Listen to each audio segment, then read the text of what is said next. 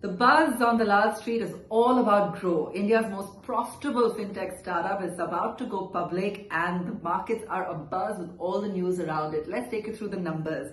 The Bangalore-based company's anchor book has already been subscribed a staggering 15 times. Now that's drawing in bids worth over 50,000 crore rupees against an anchor size of just 3,000 crore rupees. Shows you the unmistakable demand for a profitable growth story that's coming in from this particular fintech. There's a lot of appetite for it. What's driving the frenzy? Now, Groww clocked a revenue in FY25 of 4,000 crore rupees, a net profit of close to 2,000 crore rupees, translating to stunning net margins of nearly 45%. Now, that's fantastic, and most traditional brokerages would also envy those kind of numbers.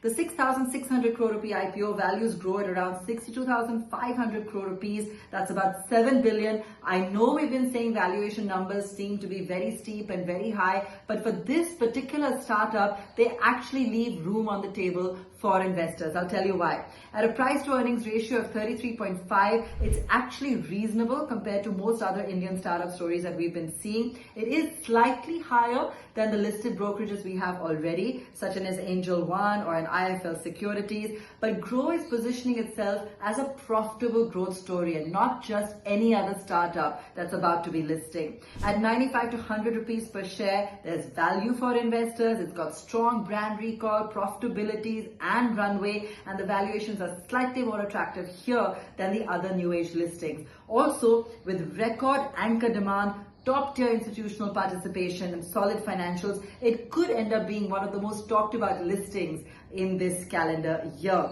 It opens on November 4th, closes on November 7th, and I think you're going to have to really get in there fast if you want a slice of this action.